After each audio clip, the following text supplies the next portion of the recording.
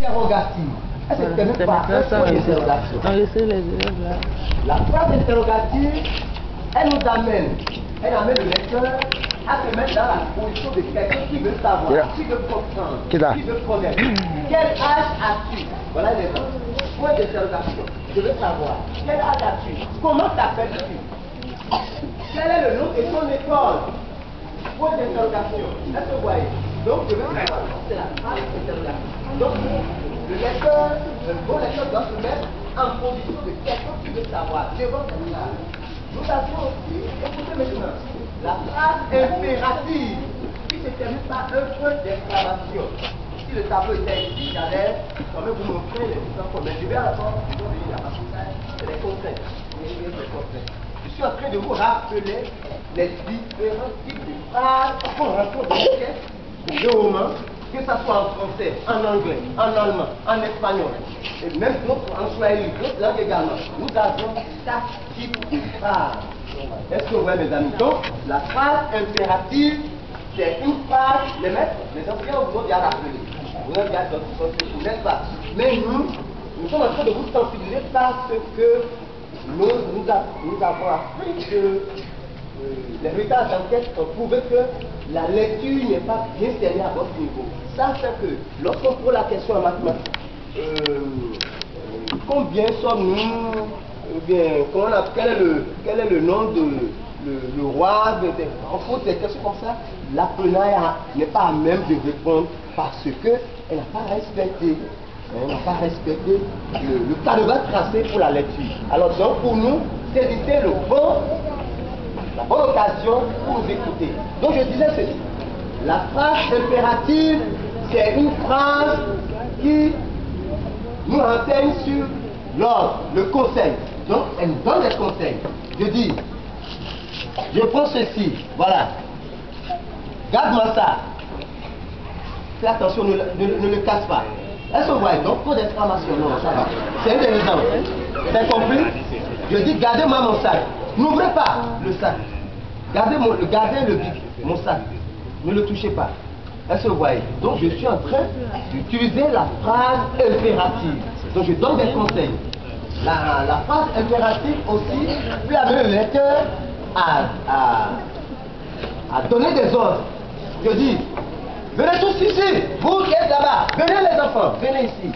Est-ce que vous voyez? Ou bien j'ai des amis qui sont venus à ma réception, je dis bon, mangeons. Oui, mangeons. Mangez. Bon, qui mange? Oui, viens manger avec moi. Est-ce que vous voyez? Je peux utiliser le sujet. Est-ce que vous voyez? Donc j'ai directement une phrase voilà la phrase impérative. Donc la phrase impérative nous amène d'abord à notre question contexte.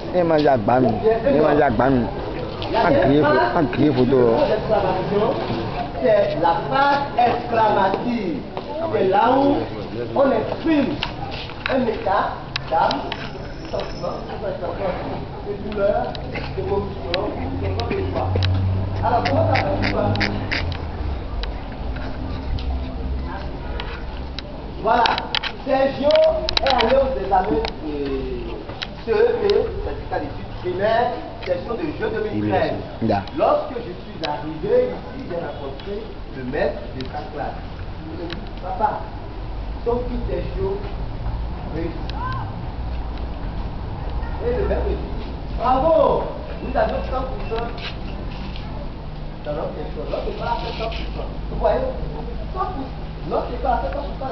Ce que le maître de classe m'a dit là, à la fin de cette phrase, donc, la différence entre la phrase impérative et la phrase exclamative, c'est quoi?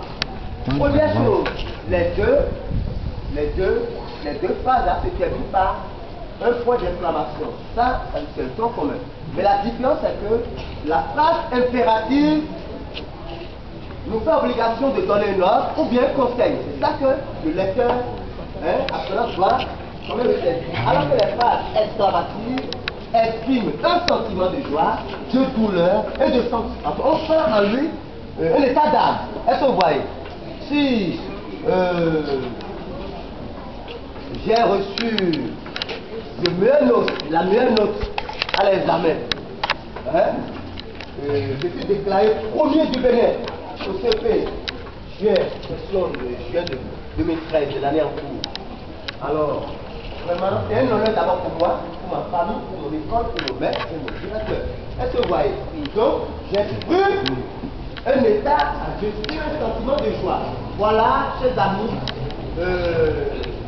quelques phrases, les types de phrases que nous avions. Alors, nous avions deux formes de phrases, la phrase affirmative et la phrase négative.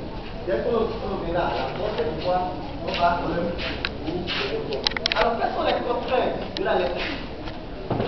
Pour dire, nous devons respecter les ponctuations. Nous ne devons pas crier les ponctuations. Les ponctuations, ce sont les signes qui nous permettent de lire, de bien lire le texte, de bien comprendre le texte et de bien répondre. Voilà les ponctuations. Nous avions la virgule. C'est un signe de ponctuation. Alors, devant une virgule, d'abord, qu'est-ce que la virgule? Qu'est-ce que la virgule? Comment faire devant la virgule?